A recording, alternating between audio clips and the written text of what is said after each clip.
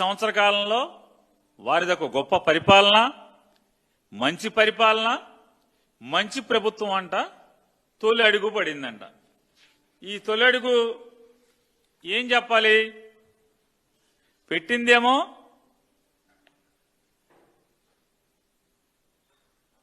మొదటి సంవత్సరం పండగ.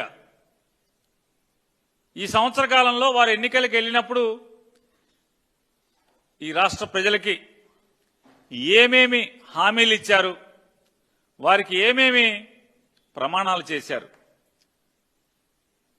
ఇంతవరకు వాటిని ఎంత చిత్తశుద్ధిగా అమలు చేశారు, మాట నిలుపుకున్నారు, చెప్పినవి కాకుండా చెప్పనివి ఏం చేశారు, ఈ రాష్ట్రాన్ని అభివృద్ధి పదంలో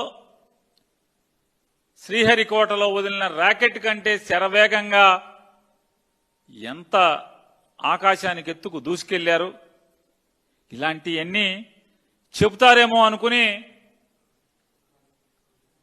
తెలుగుదేశం పార్టీ కార్యకర్తలందరూ కూడా అనుకున్నారు.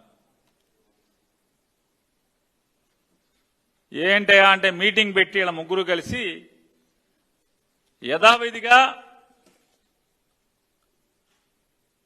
చంద్రబాబు నాయుడు గారు 420 అబద్ధాలు చెప్తే ఆయన కొడుకు 840 అబద్ధాలు చెప్పాడు ఈ మీటింగ్లో.